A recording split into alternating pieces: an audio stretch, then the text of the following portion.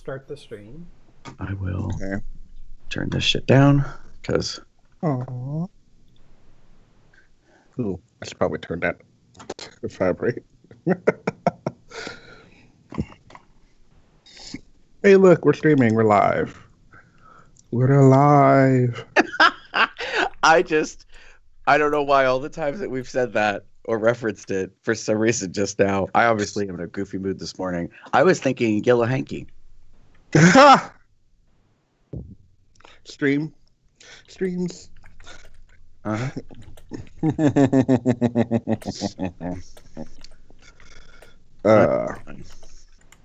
Streaming live. Oh, fine. Ooh. All right. So that's the thing. Strangely enough, we're actually 6 minutes early. What? Despite my being tardy to the party. Mm-hmm. What? Because we said we were going to Go start live the at stream at top of the hour. top of the hour, and it's like Hey, now over here. 5:02. Yeah. Hey. I'm all for it because David's got stuff to do today. I was gonna say, Damon got a busy day ahead of him. I hate this. I mean, it's good, but it's like, oh my god. I know. So We got 2 podcasts to do today, knockout, and I got some other stuff I gotta do. So What did I tell you about pinging me, to let me know when you've uploaded everything? dude, I can't be your keeper. Well, if you want your show posted on time.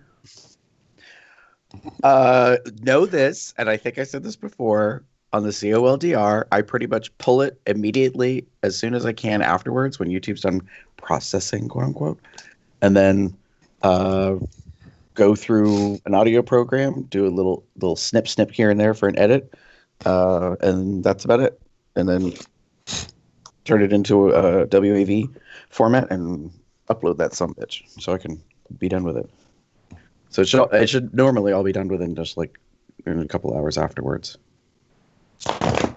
But I will try to let you know. do. So, folks who might be listening, this is some of the stuff we have to do after we're done with the show To make the magic happen. to make the magic happen. Ha! What was that? I don't even know. That sounded like a pre-orgasmic shudder. I don't know what that was. I don't even know. It's morning and I'm having coffee. That's that. Oh, I think we're goofy and loopy. that's for certain.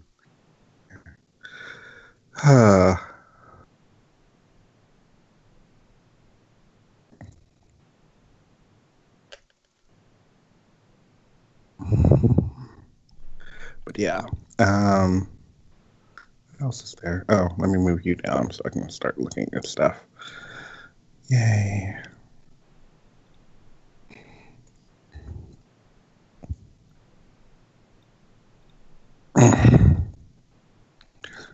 This is actually a really good combination. I'm glad I did it.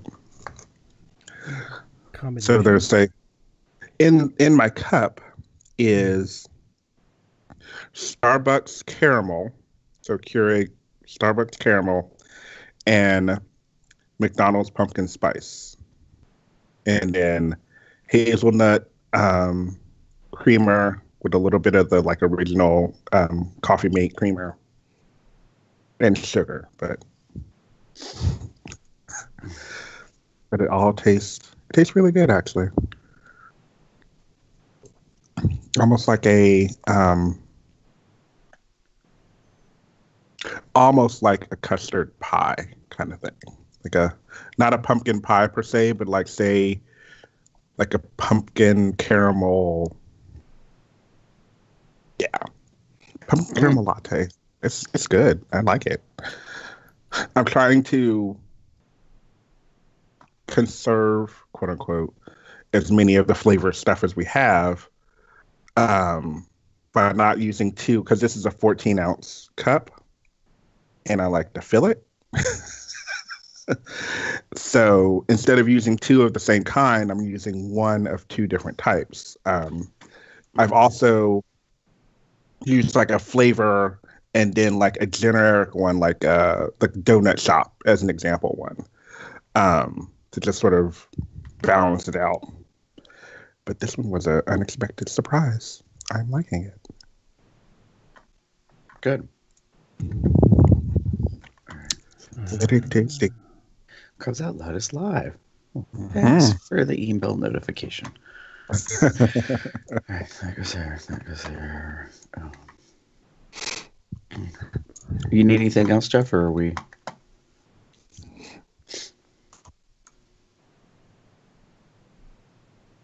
Jeff? I'm just doing something quickly here. Oh. Which frankly has nothing to do with the show, but... Mm-hmm. Okay. So that takes care of that, and that takes care of that. I need to go to drafts.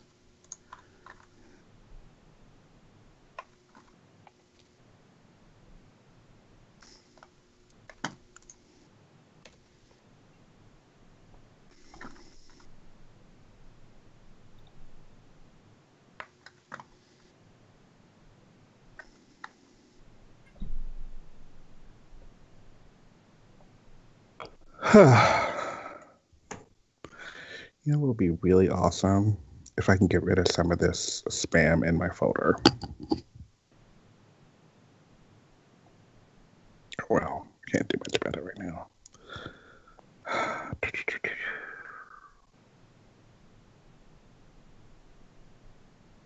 Ooh.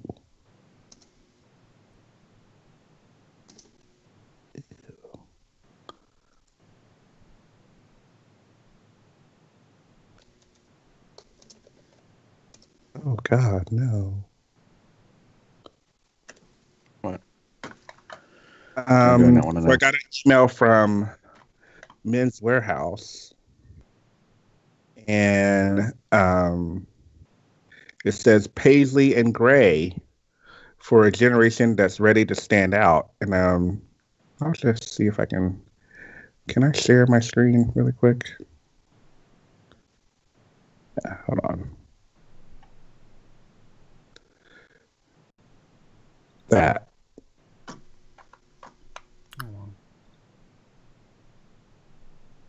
What the heck is that? Yeah, Paisley and Gray, apparently. Is that like a new line or something? It's to stand out, the new generation to stand out. For a generation that's ready to stand out, Paisley and Gray, then there's this plaid suit coat. And then like this one, the third one is like another kind of plaid with a sweater that looks like it's got like the Paisley or whatever print or something in the bottom of it. Yeah, no, thank you. No, thank you. And can I stop sharing? Boom. There we go.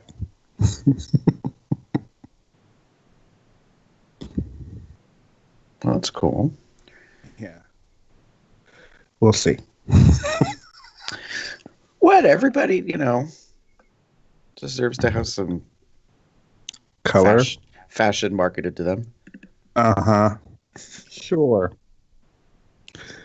I'm not ever going to wear it. No, ma'am. No.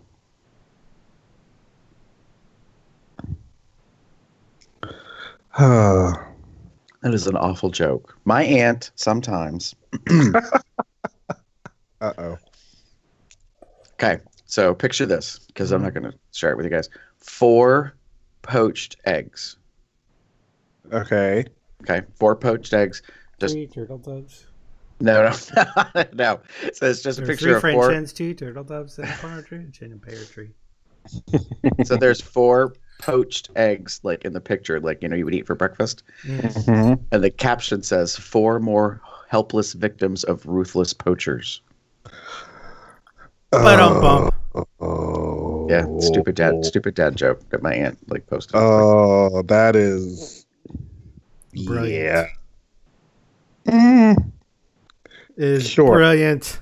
sure. We'll say brilliant. Brilliant. All right, now this is actually funny. There's a lighted sign outside a bar, you know, the ones with the interchangeable letters. Mm-hmm. And it says, Lightsaber Night has been canceled. Thanks a lot, Todd. Oh no. And then the caption says, what the hell, Todd? The fuck, Todd? Right. Thanks, Todd. Okay. Okay. Is that like blaming Lisa for everything or Sarah, Lauren, any random name? Yes. Womp womp. Way to go, Mark. Thanks, Bob. Well, damn it. Okay, are we ready? Because it's 5 after. I'm ready. All right, I suppose. Shall we share? We shall share. Let us share. So, switch over to this. All right.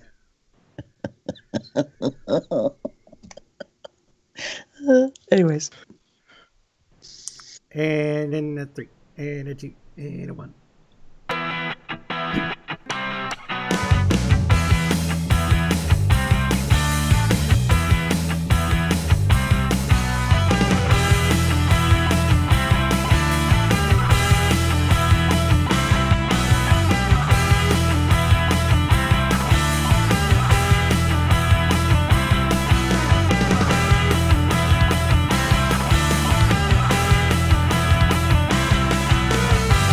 It's January 27th, 2019. I'm Jeff. Who's your bear? That's right. I am your bear. I'm Damon. I don't brew the tea, I just serve it. And that makes me Gary. Don't hurt nobody with your bad self. And welcome to Cubs Out Loud, the Bear Podcast of Indeterminate Length, episode number 496. And I just saw RuPaul in a Adam's Ruins Everything episode that I was watching. I thought that was pretty cool. And it's also that time of the month, so it's time for this.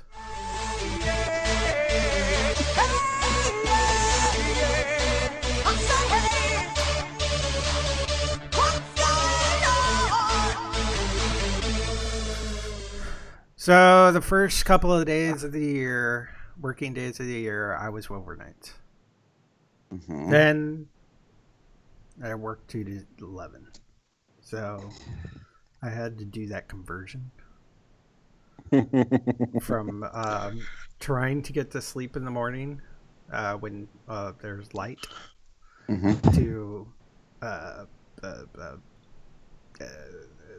to sleeping during normal hours. Shocker. Crazy, I know. My gosh. And just recently, I found on my iPad when I was looking at my clock for I was setting alarms, but there was a feature that said bedtime. And apparently, you can set your iOS device to say, okay, when do I want to wake up in the morning, and how many hours of sleep do I want? And we'll set like a whole give you a warning, say, hey, you should probably be going to bed in like 15 minutes. Or 30 minutes or 10 minutes, and that it gives you this nice little wake up music at the time. I haven't fully tested it because I just found it out last night and I had to wake up earlier than it's suggesting for my regular time, so things got a little weird. But so tomorrow I'll test it, but it says to go to bed because I want to wake up at about 9 a.m. It says to go to bed at 2 because I'm looking at like 7 hours of sleep. And it's kind of actually what I was really doing before. So I was like, hey, I got it right. So now I've got a special alarm. I don't really have to set a specific alarm. It just does it. So A very cute, fun alarm. Yeah. Does it play like a pan flute? But not really. But let me pull it up. Get my little settings here. Options. Okay. Wake up sound. The one I selected was this. It like starts off kind of soft.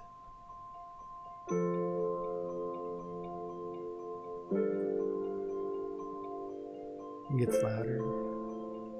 Yeah. They got like No. 1, 2, 3, 4, 5, 6, 7, 8. They got like 9 different options.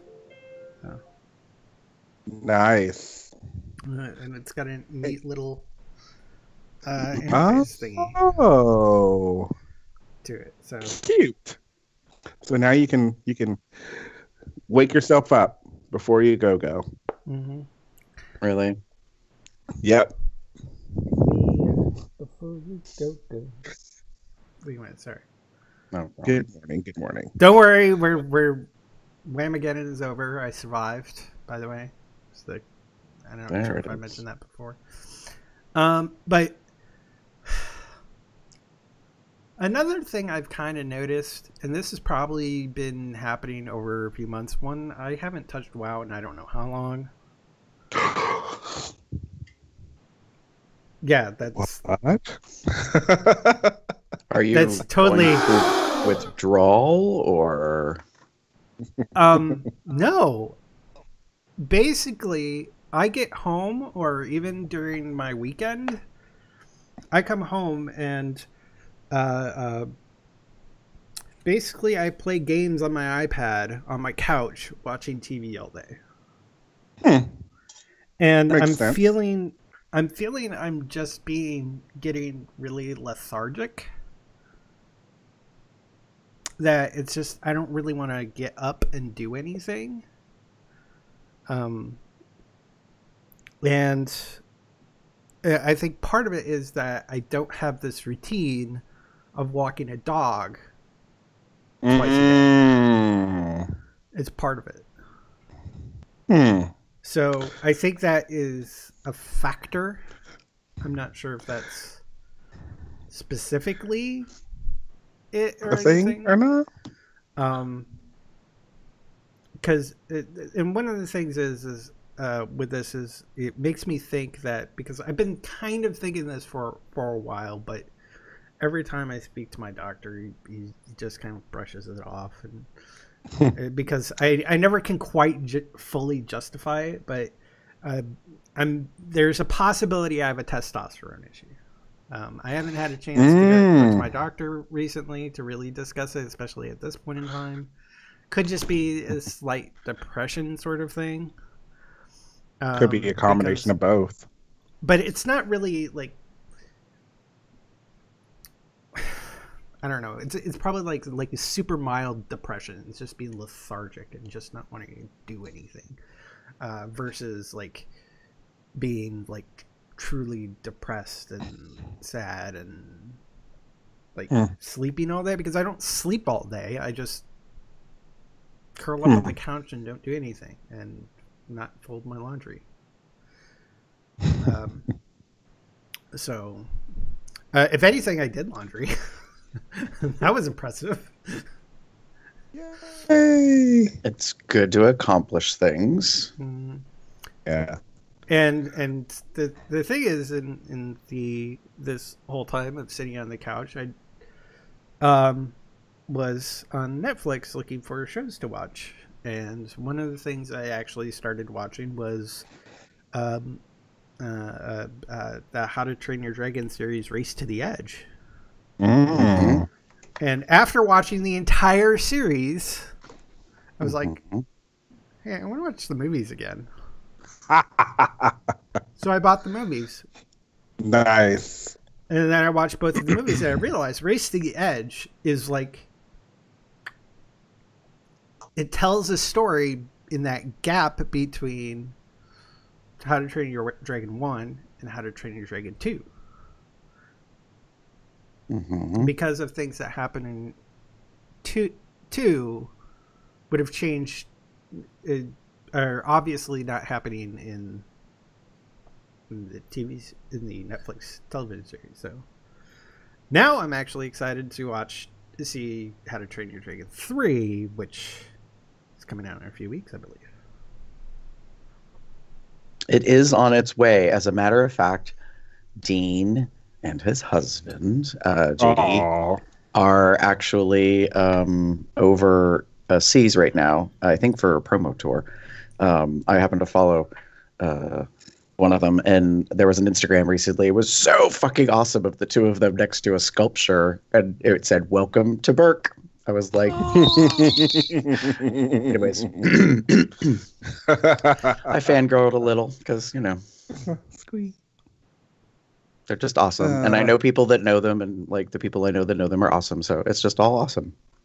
Nice. So it's basically been, for me to summarize, daytime conversion, lethargy, and dragons, and a lot of Star Trek Fleet Command.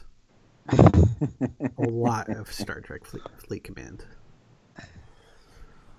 Anyways. I'm assuming that's a game. Yes, that's one of my Okay, games. got it. It's so fun. It can be fun and frustrating all at the same time. Well, what game is it? It's a game where you are basically an independent commander, just starting off in the neutral zone of the alternate universe Star Trek. And you've just got a base. You have to build up your base, build up your power, survive, mine materials, build up your ships. Right now I'm at level 17. I've got 3 dry docks. Cool. And I need a shit ton of power steel in order to get to 18. And they just released a new mining craft, which I really, really, really, really, really, really, really want. But I need to get up to 18 to actually buy it if I want to. But speaking of which, did they start the? No, they're not doing that event anymore. Because I'm trying to get plans for it, and I've got part of the plans because of some events, but they're not doing that mining event right now, at least. Womp womp. But I've got 3 miners currently mining power steel. And it will take 4 hours for one of them, 3 hours for the current nodes that they're on. So, and actually, I think 2 of the ships will fill up before they finish the node, but that's okay. I'm right near my base, so I can just recall, empty them out, put them back. So. Anyways, that's me. Damon, what's been going on with you? I'm working on the wonderful our Tumblr. As I was distracted shortly. Give me 1 second to finish this up. Anyway, so now that we're back in January, the chorus has restarted. We are getting ready for our next spring concert, which is I Love the 90s. It's fun so far. It's been a lot of fun being very kind of quote unquote nostalgic about some of the music. Our artistic director had a slight problem. He's trying to cram as much 90s music in the concert as he can without overloading the concert, if that makes sense. And trying to find a nice little balance. So there's some country, there's some pop, there's some grunge, because that was very popular at the time. So he's kind of trying to mix it all together and come up with this show. So far we've got some R&B, we've got some Spice Girls. We're doing Spice Girls because duh. The only thing so far I haven't seen yet is I haven't gotten a boy band or a Britney, Christina, whatever you want to call those kind of girls. Yeah, girl. We have girl group, but we don't have Star. Yeah. And then, so it's been fun. I was looking the other day in one of our She do like hanging Tinder. tough. Do something. Yeah. Yeah, we're trying to figure. It's what is weird is. Ooh, baby, when I get to you, girl. Sorry, my favorite boyfriend is still in KOTB. They were awesome at the I think it was the Fox New Year's thing. I've never really been one who cares about the boy bands. I mean, there is a member of a boy band that I care about a lot, but that's just because I want him naked in my bed. But that's a whole other issue. Joey Fatone? Joey Fat One? Yes. As the online rumors have gone, and as of like a week and a half ago, there were still no nudie pics. I'm very disappointed. Oh. Come on, internet. Every once in a blue moon, I just kind of go, on an excursion through images and things. It's Love it. In sync. So yeah. So the idea, there's a balancing issue usually with any kind of concert like this, especially when you're doing popular music, is cost. Just to put it frankly, bluntly, you can do so much, but you also have to pay for what you do, and depending on what you're doing, if it's particularly popular, it can cost a bit. Anyway, besides that, couple of weeks ago, I wasn't on the show. And the reason I wasn't on the show was because I was back in DC visiting our good friend AJ. And I got to attend Mid-Atlantic Leather Weekend, or MAL, M-A-L. We only went on Saturday, but just experiencing it for that day was more than enough. I bought a lot of new things. I got a new vest. Funny story about the vest. I wasn't planning on buying a vest, but I happened to be in one of the vendor areas, and I saw a vest that was, when I think about leather, you typically have to think about twice your size, essentially, when you're trying to put on leather gear. So I was like, oh, well, here's one that's about twice my size. Let's give it a shot and try it on. I put the fucker on, and it fit perfectly. Ooh. Like everything, like it's supposed, like a bar vest is supposed to hit like right near the, like right just past the nipples, and it's supposed to hit the waist of your pants just ever so slightly. It hit both things. It was nice. I had room. And the price was right. So I walked away with the vest. I also, again, wasn't planning on buying boots, and there happened to be a pair of boots on sale, and they happened to have my size, and I tried them on, and they fit quite perfectly. I got a quick question. When you say twice your size, do you mean like 2 sizes up? For me personally, I mean actually like times 2. So 3X times 2. This vest is 6X, as an example. Okay. Leather runs small. It always has. And it's always hard to find bigger boy sizes. Just has always been that case too. So to see a vest that has a 6X on it at a decent price, I had to at least try it on. And then when I tried it on, it fit perfectly. So, and some things you can get ish to size, but like that's like harnesses and things that have multiple snaps or holes that you can kind of fit it across you.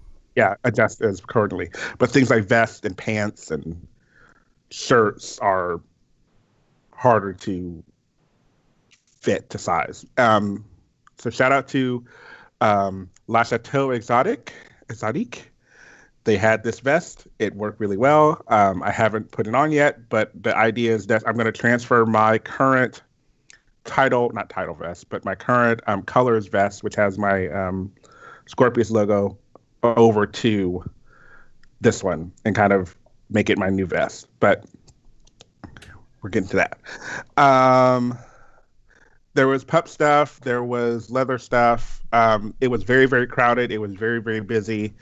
A lot of people. I ran into people here from Cincinnati that I've know. I ran into people from other places like online that I've been friends with. It was kind of cool to do that. So, but just we got there about 11. We left about 7:38. Mm-hmm. So just in that amount of time, so many things going on.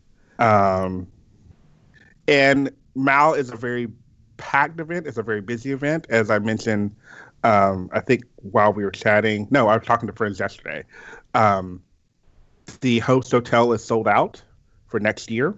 It's sold out in about 72 hours, which is kind of crazy. But, will I go again? Maybe. It's a lot, like a lot.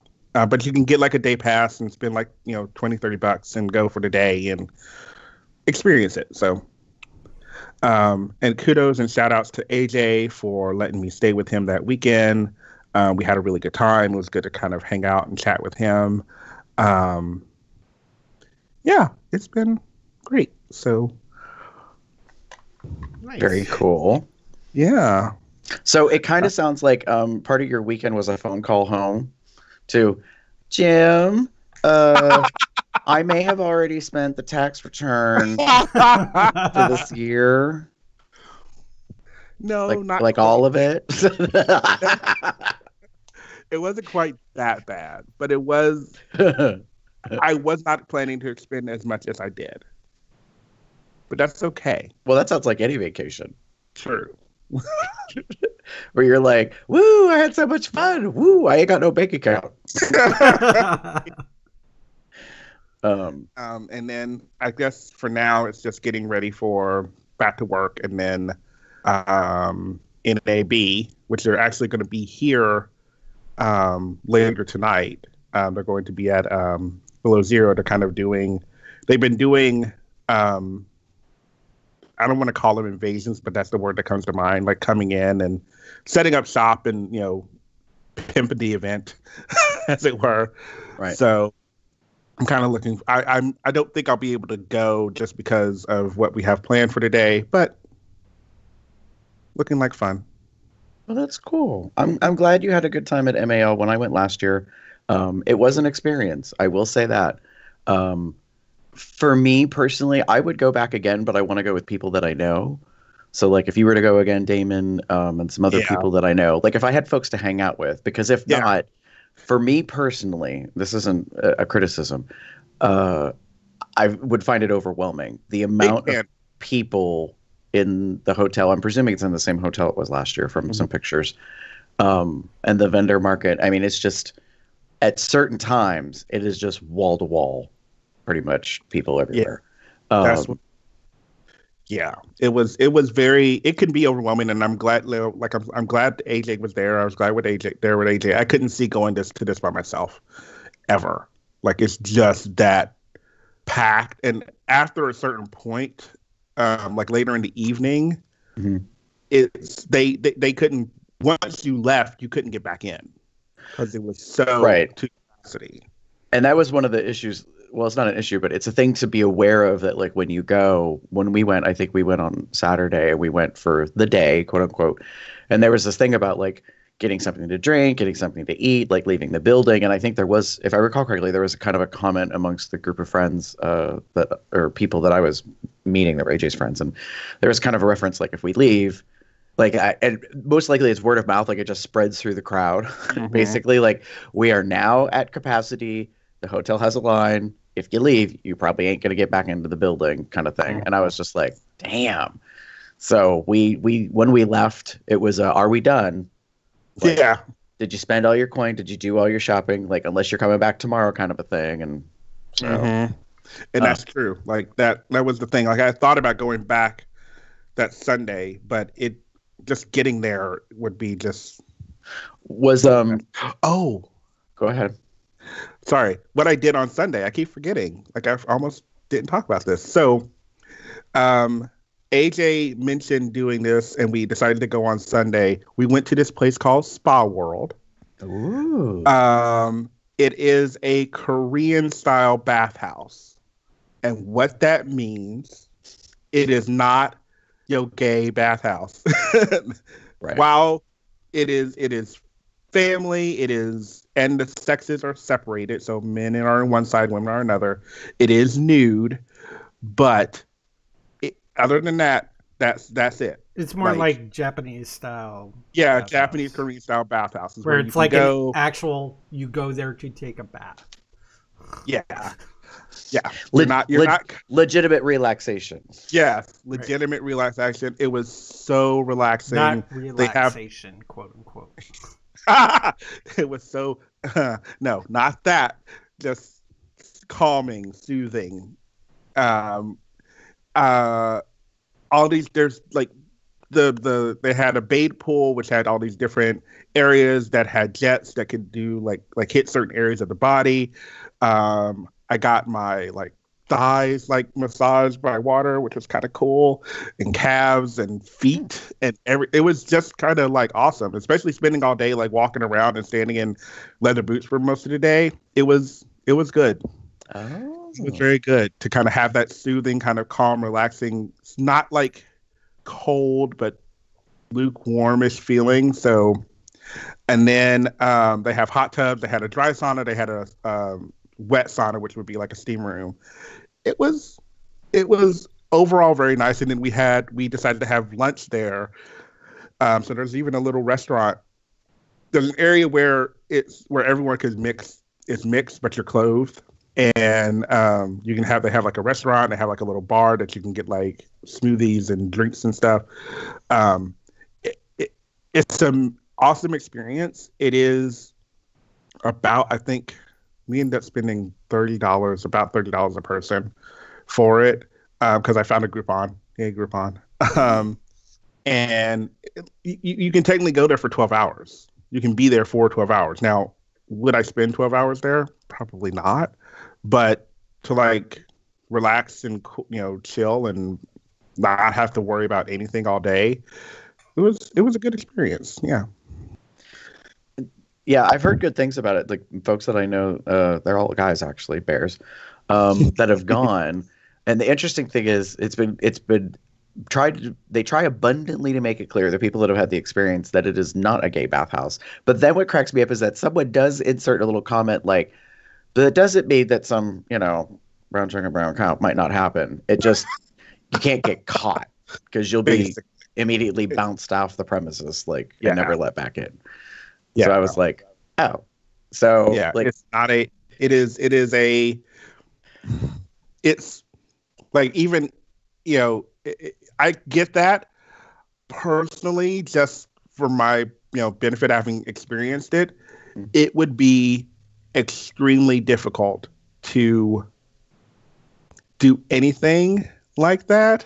well, right, and that's one of the things that what I heard a description was given by somebody else. Actually, it was on another podcast, and it made me laugh. They were like, everybody is there of the same gender, meaning like little kids, like Mhm. older adults, like so it's Mhm. like it's very like different compared to like say an adult gay male bathhouse in America, Mhm. where everyone's 18 or 21 and up and that kind of thing. So and the atmosphere is very different and all Yeah. that. So Yeah. yeah. Is it I will say this much. There is a lot of like looking. Like, people will like people are looking at each other, like staring. Is there, but does that mean anything? Not necessarily. Like, it's Right. just, you're obviously comparing and just looking around, and well, for me it's like eye candy because butts and whatnot and Well, penises and everywhere. it's also like a standard like school shared showers. Everybody's looking at everybody else because they're just basically comparing. It's like, oh, his dick's long. Oh my god, I haven't seen foreskin that long. Wow. So yeah, it was a lot of fun. But again, like I said, personally, I could not see any way that anything like that could have happened without someone being seen. Well, and that was kind of the reference, was that there's staff that's, constantly attending the things, and other guests and that. And so my impression would be that, like, the most that something might happen is, like, people might get a little handsy, but that's like, there's not really any privacy. So, yeah. I mean, it's kind of like, I'll put it this way. Perhaps like a hot tub in a hotel during a bear event, when the lifeguard's not looking, or management isn't walking through, or staff isn't around. Exactly. There might be like a 30-second window. Take that quick little chance, like whoop, whoop, whoop. Okay, we're good. We're done. So question from the chat. Drew asks, is the nudity mandatory or optional? He said optional, but I'm assuming they meant or. So for the bathhouse, the nudity is mandatory. And that is because they do not want any chemicals or whatnot from clothing to get into the bathe pools. So, but like, it's pretty much like, there's a big bathe pool in the middle that has all the different areas. There's little areas that have like the different jets and stuff. There were 4 like side pools that were like whirlpools or hot tubs, to be blunt. 2 of them were cooler pools, which were used by many people for after they were in the dry sauna or the wet sauna to just cool down. And then along the side over here was the traditional like Japanese like sitting, like where you like pour the water over you. Yeah, sitting showers. And then on both sides of the walls, once you came in, were like the standing showers. And you had towels to walk around with too, so you could be semi-nothing. Really? Nope. There's like absolutely no towels? Nope. There were towels, but they were in the other room where the lockers and stuff were. The idea being that they didn't want towels in the bathe pool for the same reason as they don't want clothing in the bathe pool. And then well, I thought it was more of like you'd walk around and then when you get into a pool, you take it off. You could do like a little hiding thing. Oh, okay. So it's not like a traditional. It is. You are. Japanese. Yeah, it's similar it is to Korean. So it's not. So in this type of a bathhouse, when you leave the locker room to go into the rest of the spa, you are naked as you came into the world until you go back to the locker room and put your clothes on. Yep. Yeah. And they give you clothing to wear in the common area, which is where like the restaurant and stuff are. So they give you like a shirt and a pair of pants. I was thinking like a big old robe. No, not quite that. That's too much. Like these are like shirts and pants, like paper thin kind of shit. No, it was actually cloth. It was I noticed, and AJ informed me, they have like a shirt that had like a that looked almost like a tunic-y kind of thing, right? But that was for like smaller people. Big guys like him and I got like a t-shirt. So whatever, it fit. That's all that mattered at that point. You're literally they're fattest. Yeah, no, not fattest. They just don't have like the shirts that they have only go up to a certain size. All right, and I saw them on pretty bigger people. It just once you get a certain point, they no longer have those available. Right. It's no big whoop. It was fine. It was actually, like I said, it was a lot of fun. I enjoyed myself. I would go ahead. I would do it again because it's relaxing. I think to do it, it's one of 2 things. If you're gonna go do it, based on the description that we've given, you either go absolutely by yourself, so you don't know anybody there in theory, so you can feel more comfortable if you're okay being around strangers naked, or you go with friends that you're okay being naked around. So, which puts a whole new twist on a description that someone I know gave years ago that still I use to this day. It cracks me up, which is called no pants friends. So you have pants on friends, and then you have no pants friends. Nice. That particular definition kind of means like probably friends with benefits, or friends that you're very comfortable around, that, that's not that big a deal. And if things happen, well, then things happened. But this is a little bit pushing that further, because you're going to be hanging with people literally hanging. Yeah. If I ever yeah. had a roommate, they would have to be no pants friends. Yeah, well, Yeah. And sorry, Drew. I know it was the one thing for me that when I went, I had to like discard because honestly, for me, after a while, it got kind of like normal. If that makes sense. Like, I like think oh it does. yeah, oh here's people's penises. Here's people like walking around like. Well, I think it's an immersion experience. Like you put yourself into the environment, so you're immersed around whatever that thing is, and you probably acclimate to it to a certain point. Like mentally, you're like, oh, I'm in this location. So when you first arrive, it may be different. I think of that like if you go to a foreign country that you've never been to, and everyone around you is speaking the native language, and maybe you do or don't speak that. If you've never been there before, you will feel very much out of element.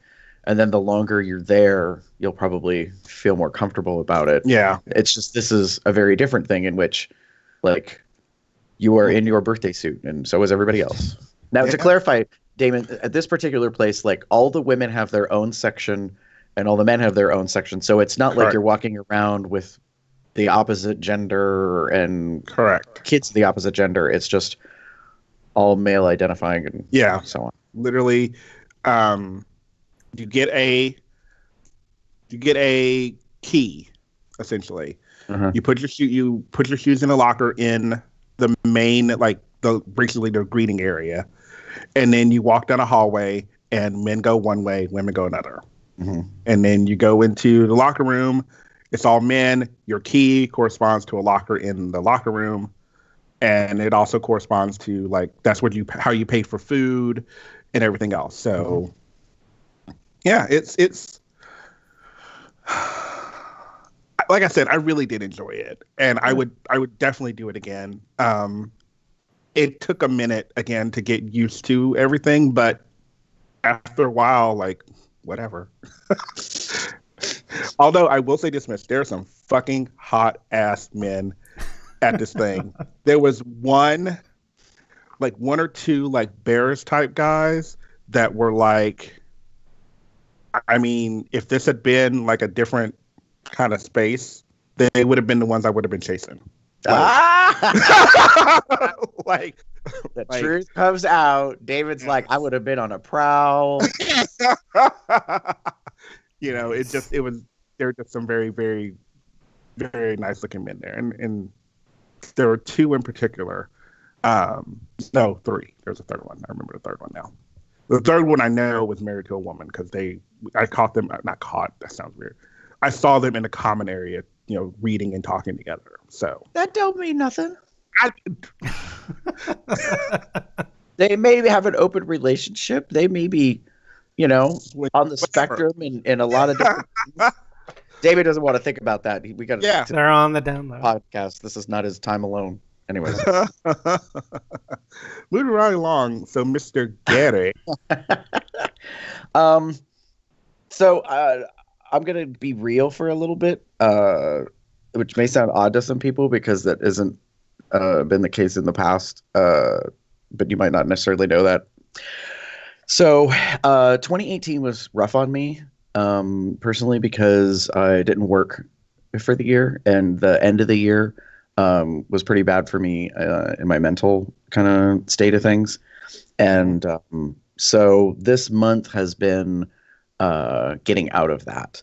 And I kind of like thought about it, and this isn't meant to be dramatic, but it's like I feel like I'm climbing out of a darkness that I've been through some stuff in my life before, and I, kind of got really down on myself and was really depressed and had a lot of anxiety about things about like what the future was going to hold and how things were going to play out. And so this month I opened up and talked to people that are really close to me about things. And, it's been an interesting journey because some people have been very supportive of me personally, regardless of things, and like big in my camp and like reminding about like who I am as an individual, and that some of us, we've been friends for a very long time, And they legitimately checked in on me and sent messages, and did drop-bys and that kind of stuff. And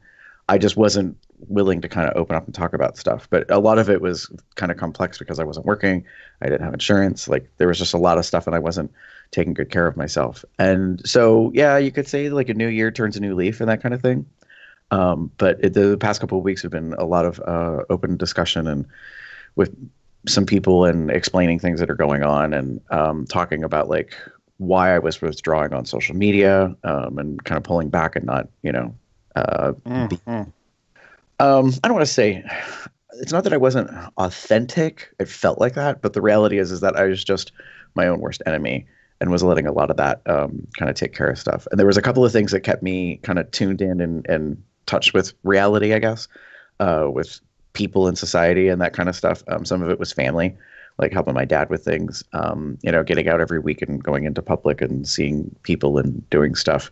But then the other part of it also that I want to recognize was you guys in the podcast, like meeting every week and recording and doing stuff. Because I think it's important that people know, like, you might feel like you're going through a lot of stuff, and maybe you are, but if you don't share that with other people, you don't talk about it, you don't open up about that, they don't necessarily know. And it's very unfair and unrealistic to expect other people to have like a psychic connection with you, to sense that stuff is not okay until maybe some things become obvious, like that a person doesn't return text messages or phone calls, doesn't respond to things or get involved in stuff. So I think that that's important that people kind of know about that. And I don't want to be preachy about any of that kind of stuff. And I'm not currently going through any type of a program. But I do have some good news. It's not the best news in the world, but I have a job. Yay! Yay! It's been a big lesson in personal pride. I am working for the company that moved into the building that I used to work in for over a decade. Oh, God. Womp womp. I did a phone interview a couple weeks ago, then did a face-to-face interview, and then had to run through the whole rigmarole, fill out all the paperwork. Here's a comic little story. So you have to have a background check and drug screening for this job. Not a big deal. I didn't expect there to be any problems, any flags. So they had to prescribe going and having your drug test done. And they gave me a piece of paper, told me where to go. I'm going to do it that very day because I got time on my hands and I need a job and I need money. So I go to the place and I hand it to them and blah, blah, blah. And they call me up a couple different times for some ID and some things. And then the woman says, we're not able to do the screening. And I was like, oh, okay. And she's like, because this is not you. And she points to the paperwork. And the person's name on the document they gave me was the HR rep, not mine. So I was highly confused by this because, and they handled it really well because it was almost like one version of the story could be like, I am post transition, and that was weird or awkward, but like they didn't have any photographic ID other than just my own. And so I think they knew that was not the case. It was more like sitcom kind of like situational comedy moment where she was like, this is not you, and therefore we cannot do the drug screening because we need your actual name on the paper. So then I had to call HR back and leave a message and be like, hey, so I need you to refax the paperwork with my actual name on it. I didn't quite say it like that, but anyways. And then, so the HR rep got back to me a couple hours later. It was so funny. She was highly embarrassed. She's like, I've never done this before. And I was like, okay, well, that's cool. Like, I was worried that every person that you interviewed was going to have the same problem, which means there would be a whole, who knows how many people, like, not able to do screenings because they all have your name on it. She's like, I don't know why I did that. When I typed it in, I put my own name in. And I thought, I know why, because we were busy talking. Like, we had great rapport. We were getting along great. Like, I was knocking out the interview. Things were awesome. I made you laugh. Like, so you were off your game. I was not probably your typical candidate, that gives you like 2-word answers. So I'm just saying. Girl. I'm put back to the field. I have like almost 15 years of work in. I know. So, the pay is really really bad. Like in terms of like what I need for being able to pay bills and stuff. It's gonna be okay, but I've had to go through a bunch of things to get some stuff like squared up and taken care of. But I did orientation on Thursday for 4 hours. Yay. It was very surreal to sit in the very classroom that I used to instruct and facilitate in for years. I know this building like the back of my hand, so doing the tour of the building was a little odd, only because not much has changed. I knew when this business moved in after we had left that they probably weren't going to change a whole lot about the building. They apparently moved one door due to like security procedures or whatever, but most everything else is kind of the same. So yeah, it was very, very, very, very strange because when I first started with them, it was April of 2000, the previous company in that building. So yeah, so and then I had orientation on Friday and that went really well. I behaved myself. For anyone out there who knows me and thinks that like I was going to be a chatterbox and just take over the class, how dare you? I'm much more professional than that. I'm sure. I just don't exhibit it on the podcast. So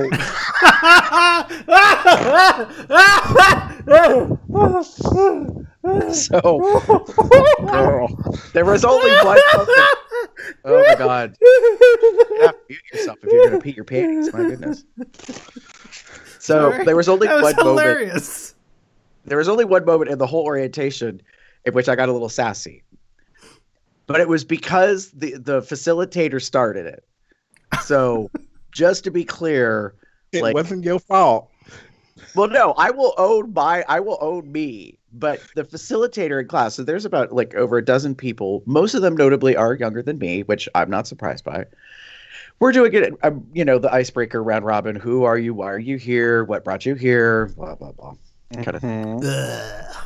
Right. So I'm about 2/3, 3/4 of the way through the class. Like I did not sit up front on purpose. Like I didn't sit in the very far back. Like just mind myself and all that jazz. And I thought I was a model trainee for orientation. I just kind of kept my mouth shut and I did not click ahead. I did not move ahead when we were logging into things. Like I know how to do that. So, but when it came to the icebreaker portion, about 3 people in front of me, the facilitator said, well, I'm glad many of you are coming here to learn new skills. For some of you, this is a first opportunity. And I think it's going to, give you things that you can use in other jobs, or you can start a career, and that's really good. An individual like Gary, perhaps, has lots of, experience with previous work that he brings to the table. And I'm sitting there and I was like, did she just really? Call out like that in front of the whole class. It's like, we got an old fogey here. See? It was like, bitch, no, you did not. But I was very zen on the outside, and I was like, okay, I see how it is. We got some old bitch up in here. I'm not the oldest in the class. There is a woman who I think is older than me, but David, you would understand this. That type of skin don't crack. So she's a very young looking woman, but she's a little older than me. Although technically I'm old enough to have grandkids, but she kind of talked about her family. So when it came to me introducing myself, I said, yes, I have a certain amount of experience in teleservices, and I've done these type of things before. I actually worked in it for a long time, and then I took a year off, and I'm back, and I'm looking forward to putting my skills to use. And the way I started it was I said about having lots of experience. I said, I want to thank Dale for pointing out that and kind of being ageist in class and saying. And Dale was the facilitator. The look on her face, she just she didn't blanch, but she was like, oh. And we got a good laugh out of it, so whatever. So, she's like, "Why was it?" It was the fun poking. Yes. That so fan's behind you, Gary. What's that? That fan's behind you, Gary. She got good humor out of it. And, the class kind of laughed, but I was just like, really? Mm-hmm. Yeah. She's so good. You don't know me yet. And then when we went on break, I don't think this is kind of breaking any confidentiality, but she did, say to me, I was almost the last person to leave the room, and she was waiting for everyone to head out because we were going on our tour, and she said, "So you've got a lot of training background?" And I said, "Yeah," and she said, "Good, that'll be good."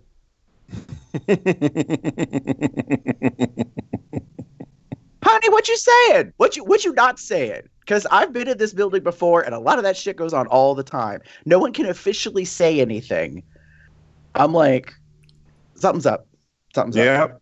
Yeah. I think plans for me or ideas on like the future. Notably, in the interview, I was told about that there are opportunities in the future and that kind of stuff, and they're trying to ramp, bring lots of people on. So I just got to go through weeks of training, meet all my metrics, prove I can do the job, then some, knock it out of the park, put on a show, whatever. But put on a show.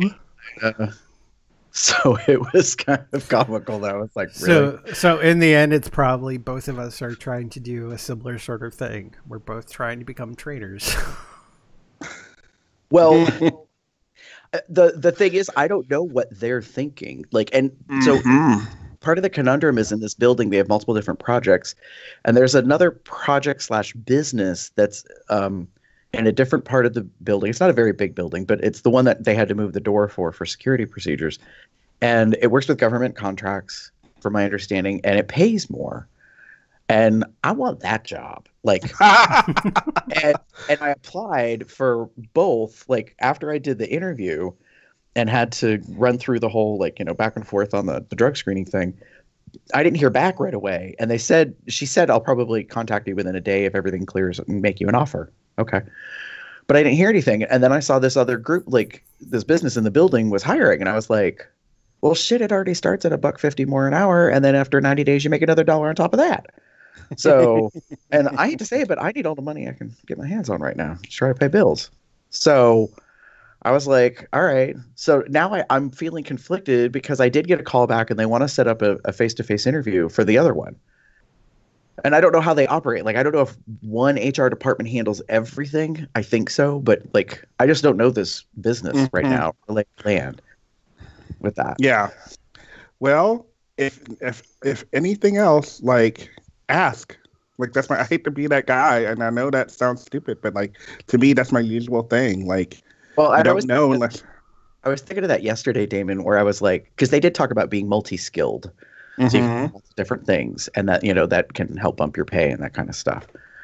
So but I don't know if working in that other part of the building with that security stuff, if that is a possibility or not. Because I'm teach me all the things. I don't care. And if I learn everything in a building and I train on everything in the building, hello, been there, done that. For many, many years, ain't no big deal. Just have to know kind of where stuff is at. To do it, yeah. But I did. So I'm officially hired full time. Very interestingly, I think I got a little special treatment in the interview. When we talked about scheduling, she asked me when I wanted to work. And I was kind of like, "When do you need me to work?" Because my thought is, I got no footing. I just need a job. So you tell me when you need me to be here, and I will be here.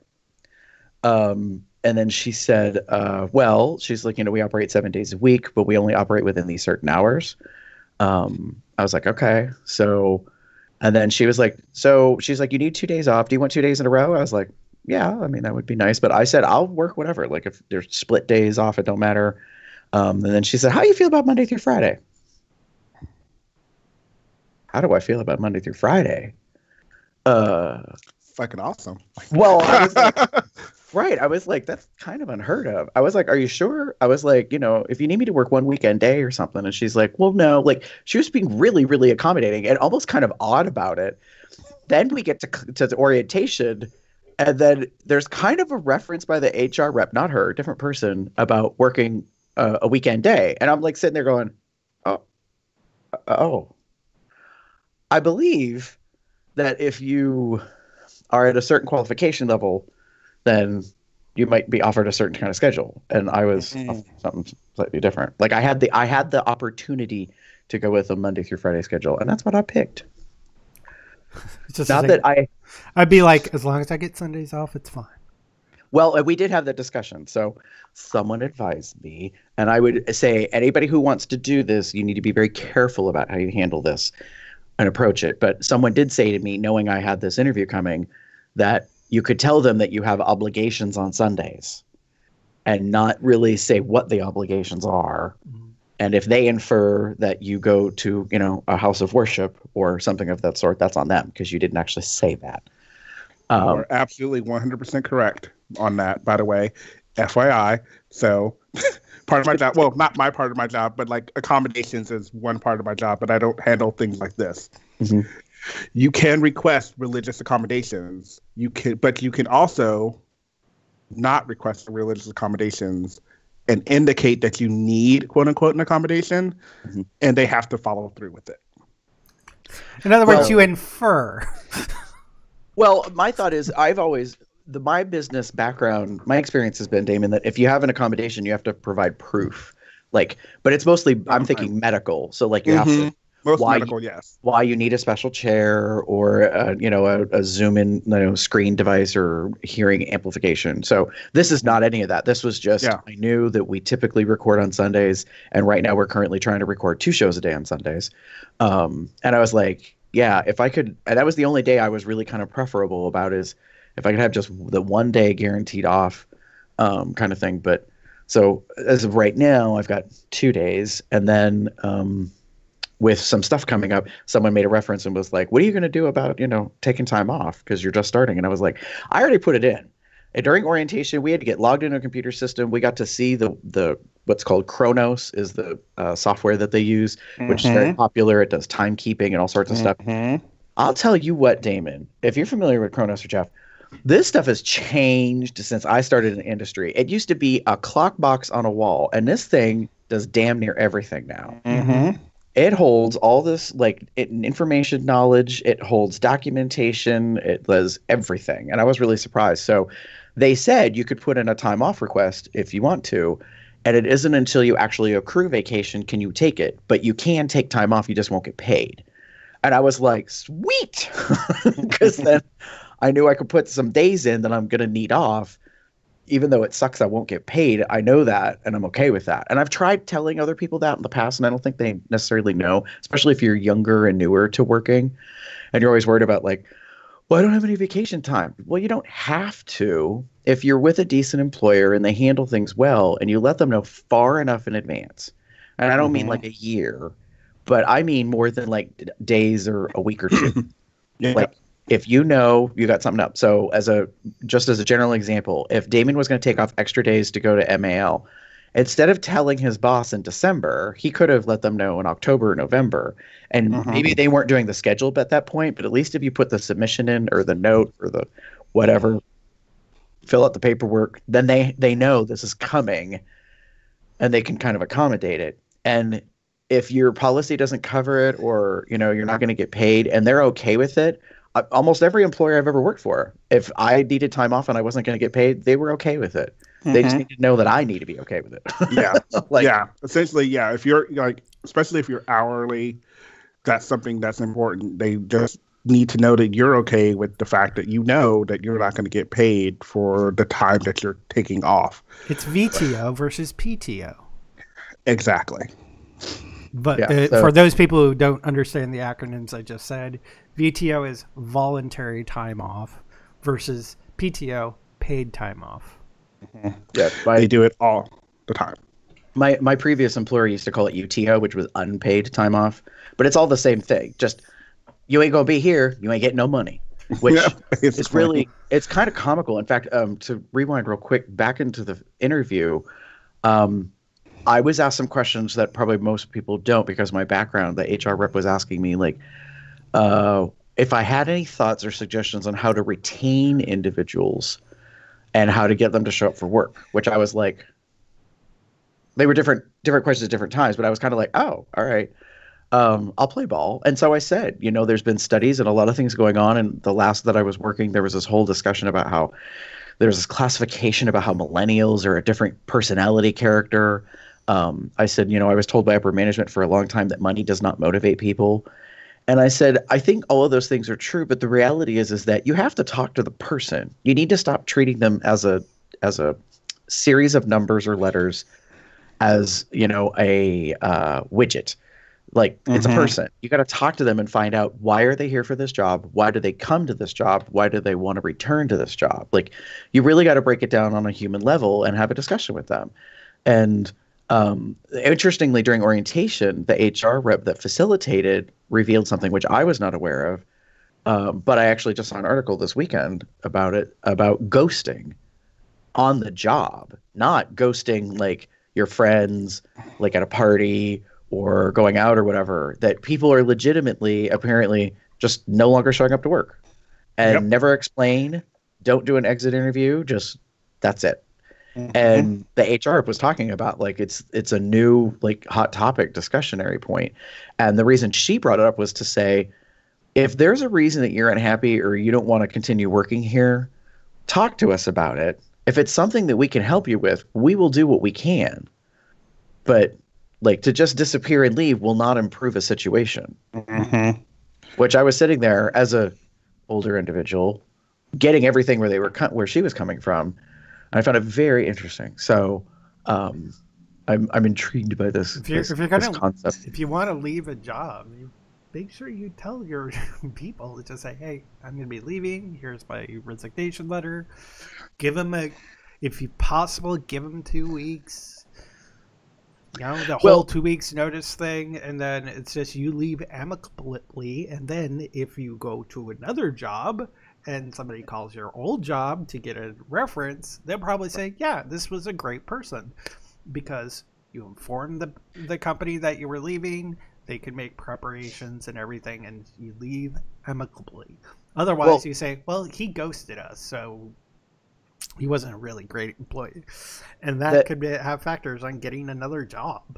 Well, she revealed, she kind of pulled the curtain back a little bit, and I did not know this, so I don't know how much you two know this, but they said any job that requires a background check, that's part of what they're looking at is your job history, like what is officially on file, because most likely at all the jobs that you have, at least here in the US, your social security number is attached because you earned income. And so they will be able to see a record of the places that you worked. And then if, like, because you're admitting or approving, I guess, the BI, the background investigation, a part of that is that they could contact your prior employers to find out about, like, your work history, just purely that you were there, and asking the question about your departure. And your former employer can actually say that you left for unknown reasons, like unexpectedly. They can't really say anything because they don't know what happened. But legitimately, what she was trying to say is, if you just bust up and leave and never say a word, not only may you not be able to come back to this job, but this could affect future jobs, because other employers are going to say, well, why would I want to hire somebody if they just up and leave and we don't know if we can rely on them to show up? And I was like, oh, I never thought about that. It's a very touchy subject. And it's something for my job right now has been kind of crazy, mostly because of it, because some of the facilities that I work for have had injured workers who have been injured on the job, and they have said they're not allowed to work, or they just stop working. But the reason they stop working may be because of their injury. Excuse me. So they stop working. They're not clocking in. No one knows what's going on. They're not answering their phone, or they feel they know, like, everyone knows what's going on. I have a work comp claim. I have a work injury, and they stop working. Some of them get fired, and some of them get fired for job abandonment because they've stopped working. And the reason they've possibly not worked is not because of job abandonment, but because I had an injury and I don't want to come back, or I'm not coming back right now. Right. Or to someone told them, we can't accommodate your restrictions, so you're not supposed to work. But no one documents it, and no one tells us. And it's happened a lot. And I'm everyone knows where I work for, so I'm sorry, but I'm trying not to. But it happens more often than I like to admit. And we're working on it. We're trying to find ways to kind of close these gaps, because that's, like you said, that's potentially going on someone's record. And if someone calls them and goes, oh, well, you worked for such and such, but you abandoned your job, blah, blah, blah, blah, blah. I'm like, I didn't abandon my job. I was told I couldn't,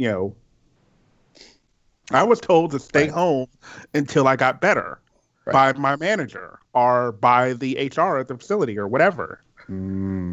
So it's just more about like documentation, just because it doesn't hurt to document these things when everything is just fine and dandy. You just write it down.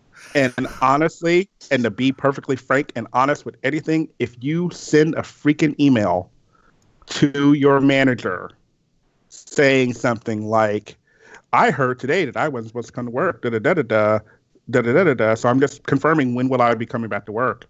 Believe it or not, just that little piece might save a lot. Right, because now you've put the responsibility on the recipient to respond.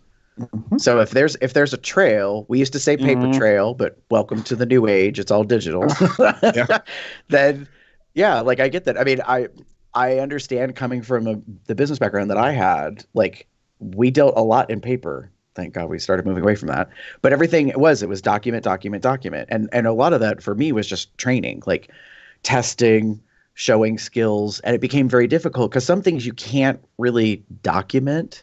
Like it's very difficult to do things that are not like things that are human are difficult to like show necessarily, like because it becomes kind of subjective. But anyways, so that was a fun little side. Anyways, fun little detour. So what we've learned here is if you're having issues where you may get fired or you want to leave a job, tell people, talk to it, document, and everything will be fine in your work history. I won't say fine, but well, it'll be better than if you didn't. Right. Yes, it's better if you didn't. That's why it's fine, not necessarily great. It's fine. It's okay. Because this is for everything in your life. It's about this. This happens with insurance, medical, all that kind of jazz. You have to be your own advocate. And I think it's one of the things that we as a humanity, just overall globally, I'm going to say at this moment, are kind of failing, that we're not helping everyone understand that you are individually responsible for you and you have to take care of you first. And we need to give you the skills to be able to do that, because there's so many people that like don't understand certain aspects. And so they don't understand, like, why should I balance a checkbook? Well, you should probably know how much money you got so you can pay your bills and not get fees and, and blah, all blah. that shit. Right. Yep. And so it's just kind of that way. But I think the three of us have learned that generationally, part of like through our upbringing, but also just through life experience. And you figured out like, oh, well, I guess I should go to work because otherwise I ain't got no money. I ain't got no money. Exactly. All right. Ready to move on? Yes, I think so. So after having our main part of the show, we are moving into this.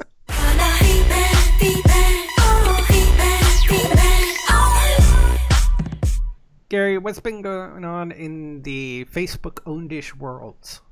We got one new like on Facebook. We would like to thank Christopher Vistine for liking us on Facebook.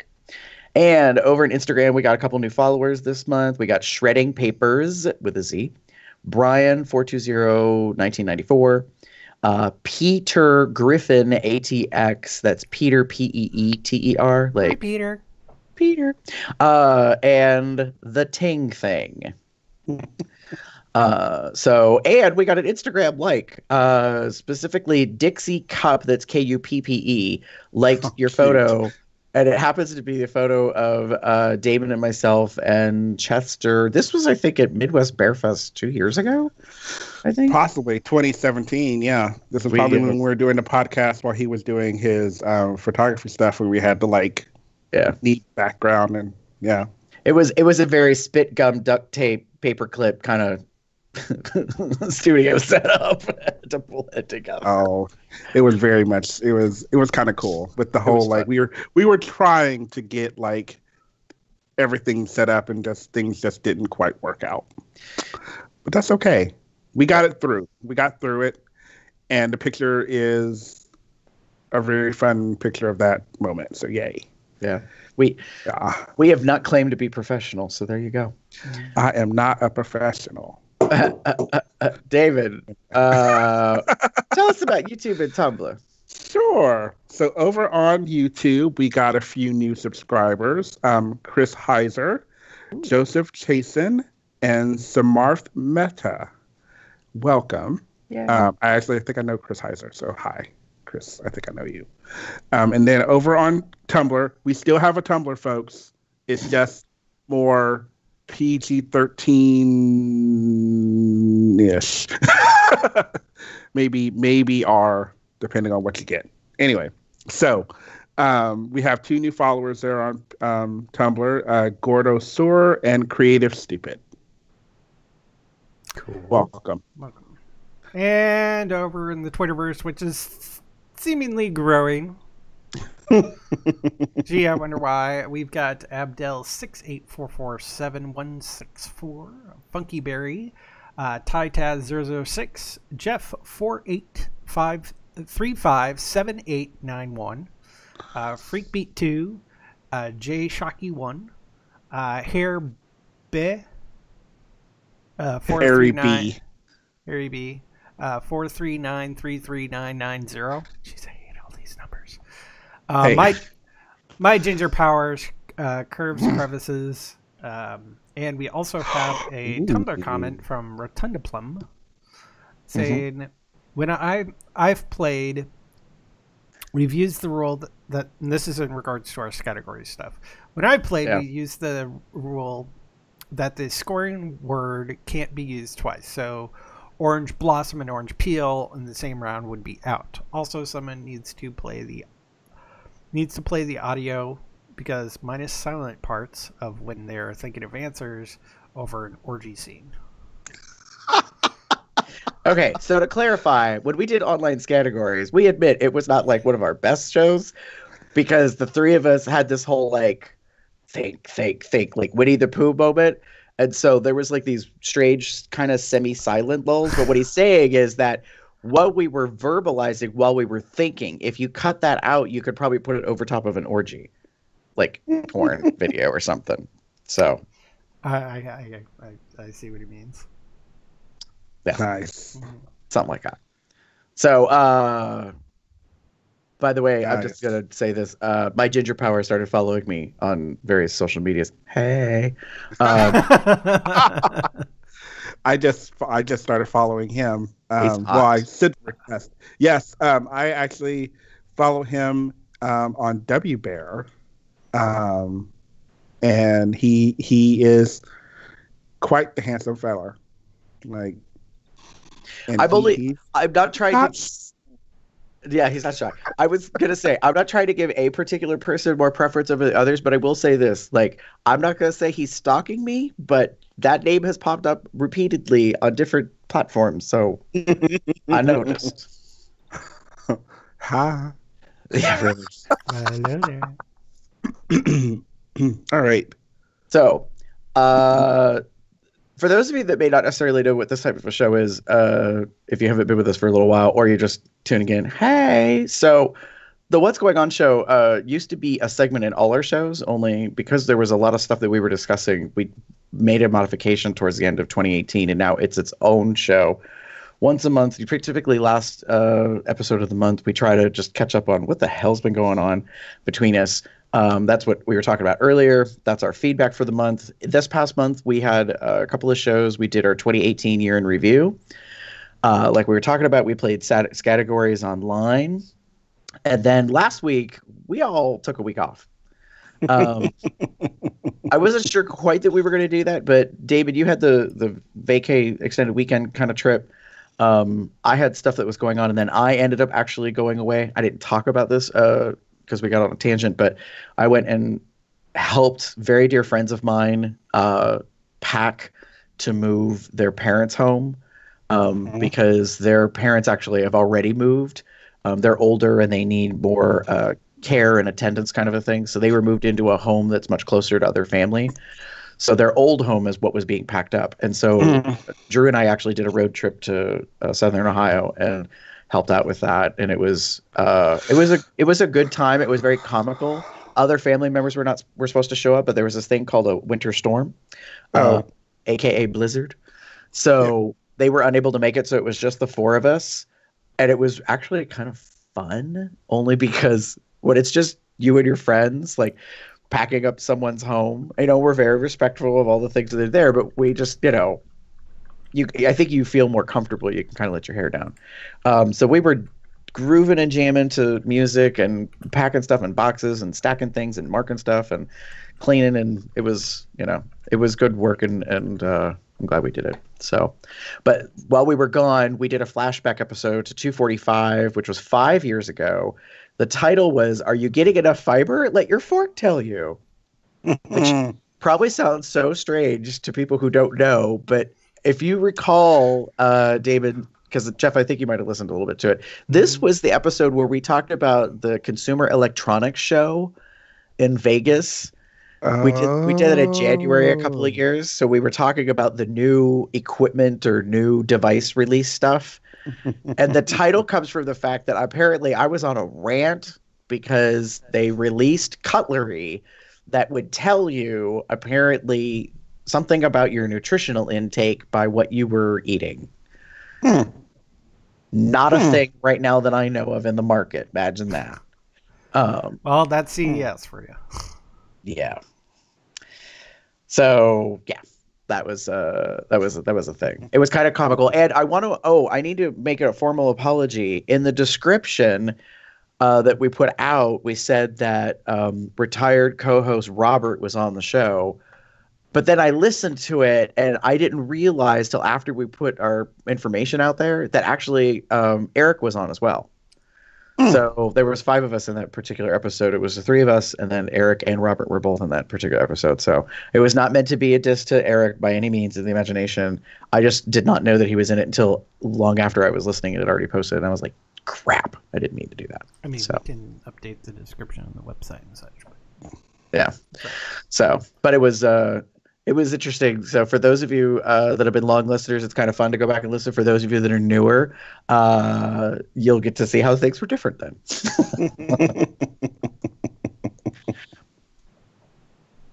All right.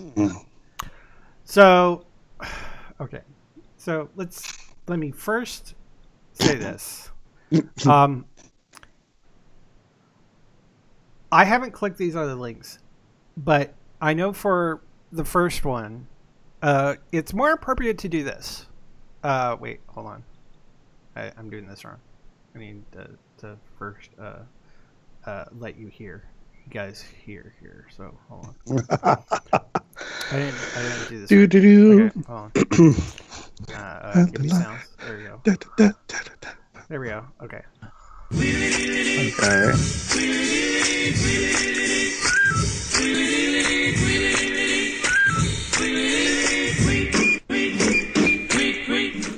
So this is more appropriate when clicking my link because it's a Twitter post. Oh my. Oh, okay. Oh, look at you. It's from Daddy Ryan. Now I understand what's going on. It's a video. Oh. And it's called Nutting. Huh. And Oh. All right, nope, can't watch that right now. Nope. Save that for later. It's all right. And Daddy Ryan. You can stop watching it, Jeff. I'm only saying that because you're screen shared, and can you please just can we move on with the show? Okay.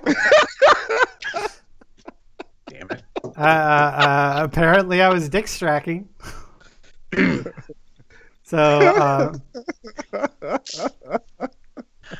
after that, Jeff, are you offering up the idea that we change from I'll tumble for you to a Twitter-based thing? Well, considering apparently everybody automatically has safe mode on Tumblr nowadays. Well- So my Tumblr is currently not viewable at all. All right, so this is a good point as an experiment. So Damon has a Tumblr pick. I chose a Tumblr pick because I thought both of you picked Tumblr picks because I didn't look at it. I didn't know one was Twitter, one was Tumblr.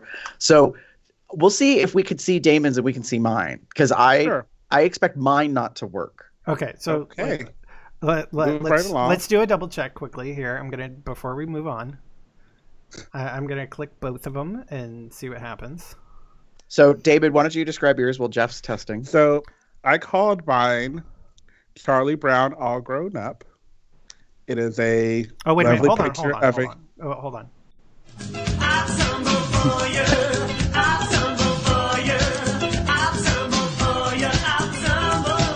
There we go.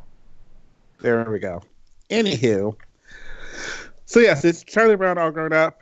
It is a very sexy bear with a bare ass in a Charlie Brown shirt.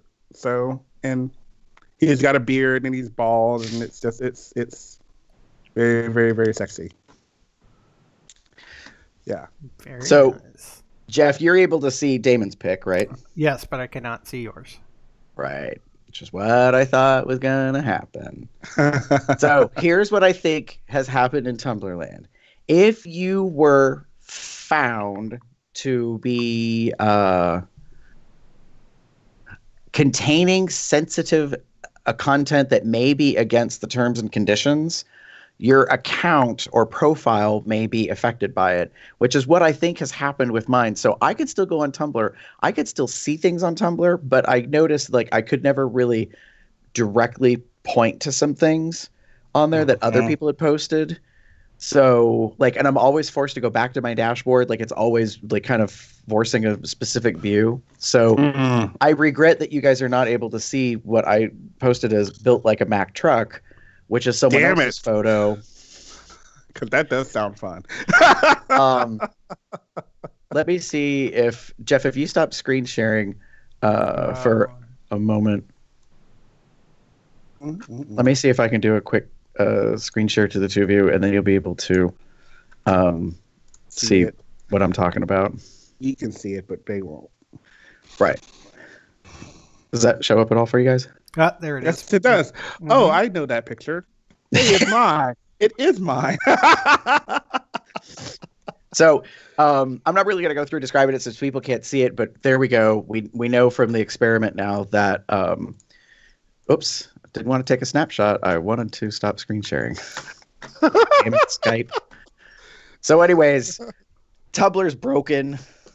May it rest in peace, like we talked about previously. I'm personally okay. This is very on the fly, obviously, to our listening viewing audience that we switch it up and we go with Twitter.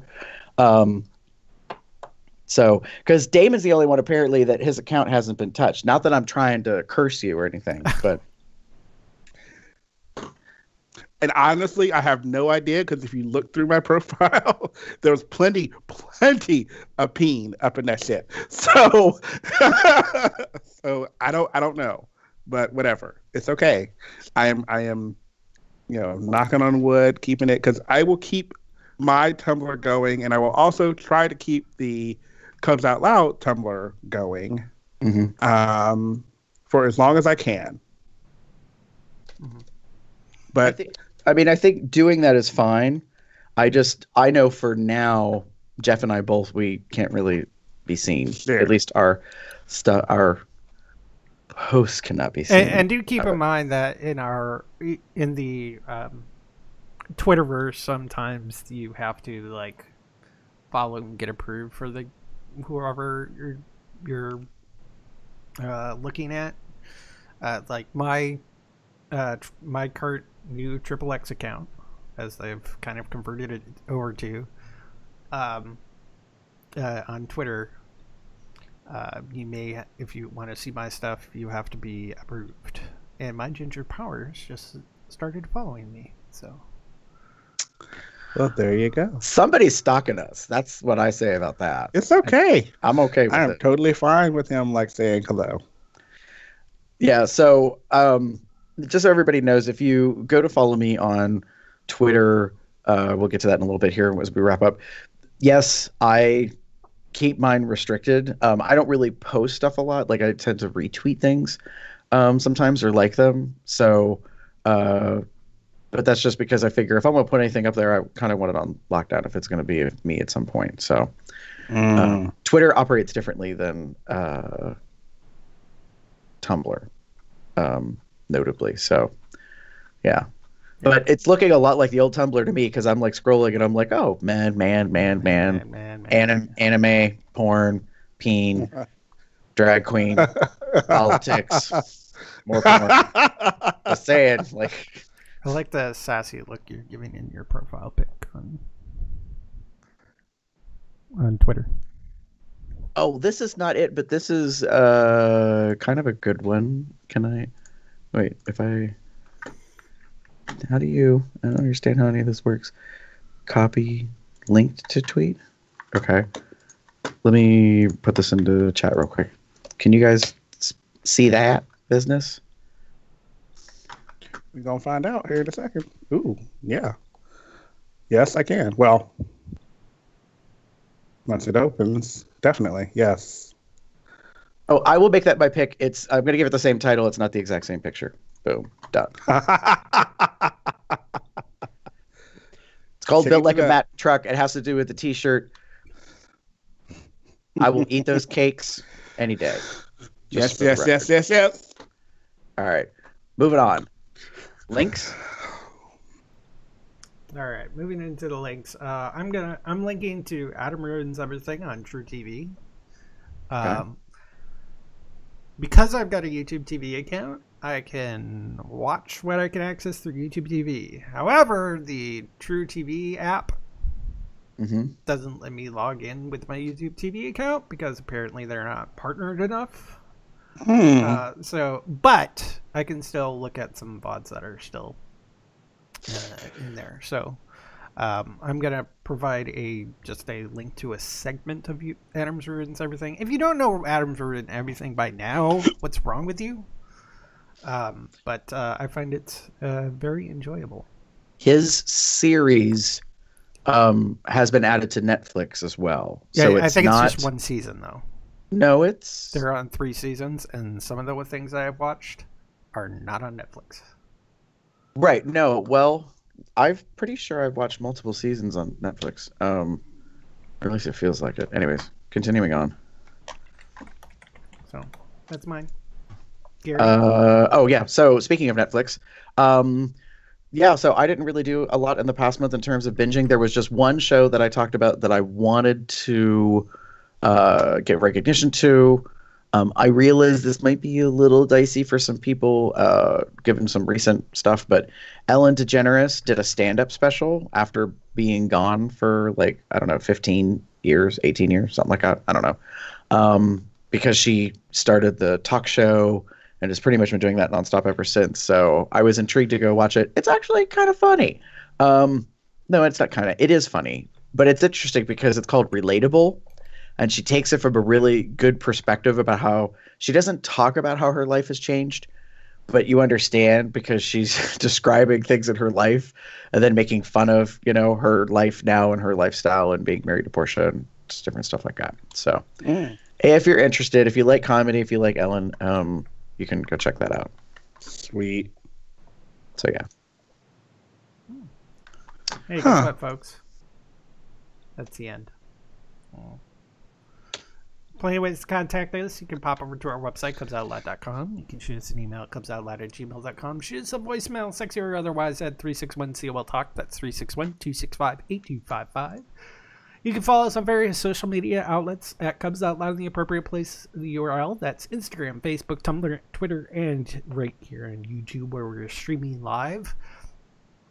You can also chat with us on our Entourage chat at tinygirl.com/telegram-COL. You can subscribe to our events calendar at tinygirl.com/calendar-COL so you can see when we do record these shows live. You can get some merch such as my Cubs Out Loud long sleeve, which you can actually get in short sleeve on this design if you want to, but just selecting options. Or the Consent is My Foreplay shirt, like Gary is wearing.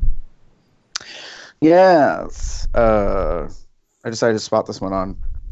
This one has the bear paw print with the bear pride colors, but we have 3 different designs. One with the bear paw print, one with a bone, I believe, for pup, and heart. I think is the leather one. Yeah, and the stripes are colored appropriately, based off of the leather, pup, or bear. You can also become a patron at patreon.com/comesoutloud. You can rate us on iTunes, subscribe to us at Google Play Podcast, give us a thumbs up on Stitcher Radio.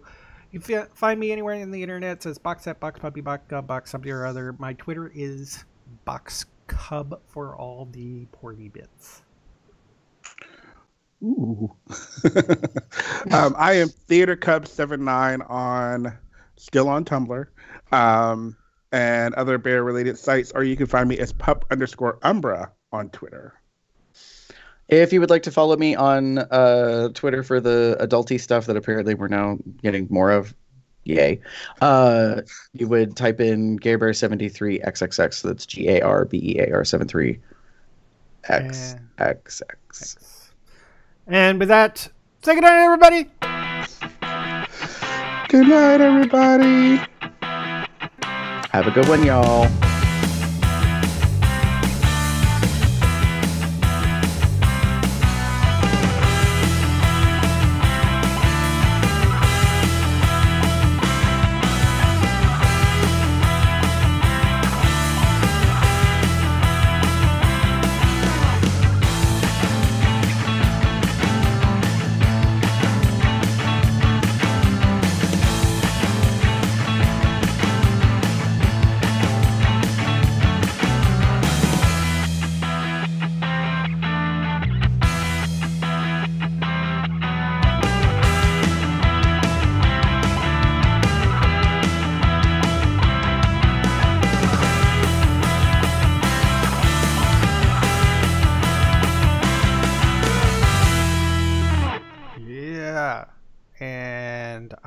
To use one of the stalls that are across from those urinals.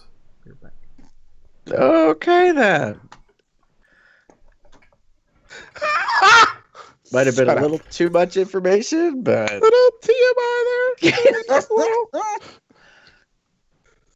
Maybe just a little. All right, on a sort of tangent Twitter note, David, have you seen the promo release for the new Stocky Dudes video? The Hawaiian one. Yeah.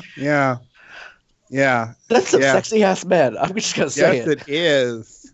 Oh my God, I did not need to see it. Well, I'm glad I saw it, but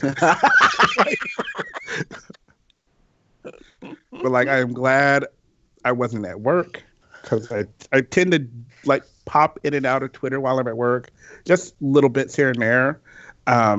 And I've realized I can't anymore, just because, well, most of the time. Well, so yeah. But that was like, I'm really excited about this new video to yes, I kind of want to. Sure. But it's interesting that you say about checking your phone at work. So the security lockdown for the building I'm going to be working in is very interesting. It's harsher than when I last worked there. There's only 2 places that you are allowed to have a device out, let alone on. And it's right in the very entrance before you actually get into the main part of the building. And that entrance is a little vestibule, like it's not very big at all. Yeah. And there's a hallway at the back, and that's it.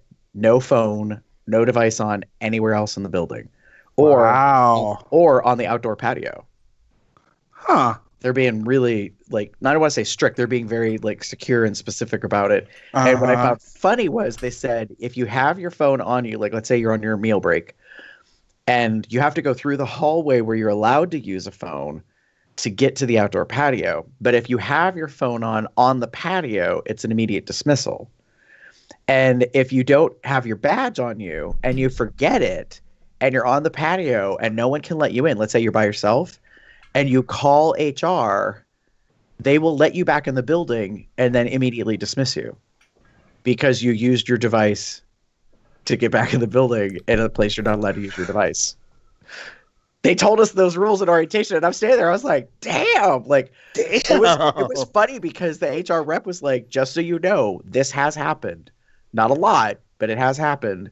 It is breaking the rules. Wow. This is how we are being secure about this. And I was like, okay, then.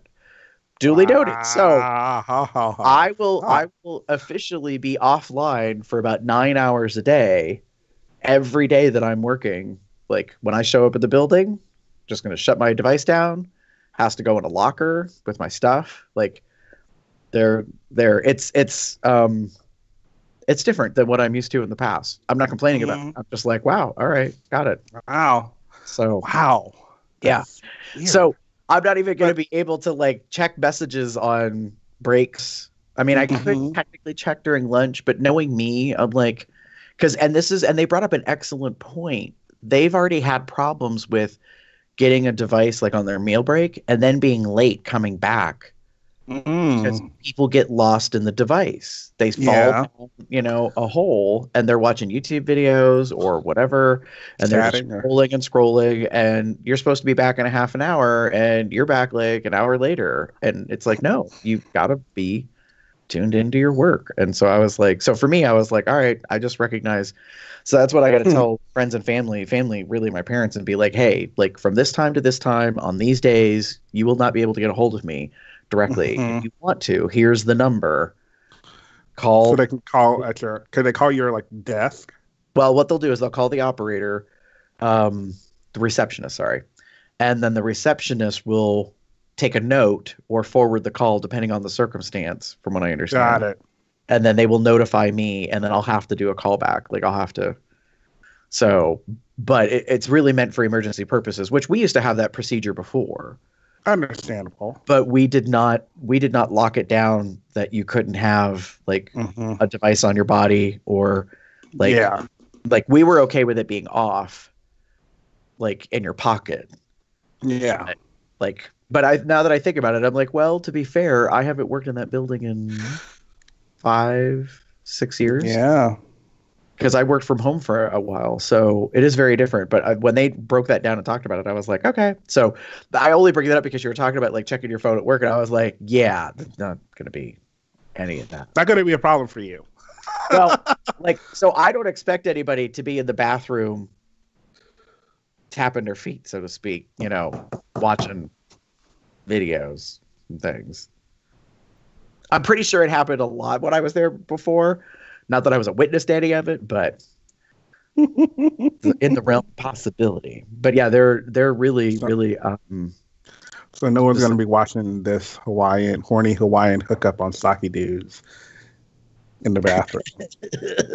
Well, they could, but technically it's against the rules. So, like, to me, it's like, would you risk it? Because you'd have to have the sound off. I'm going to stop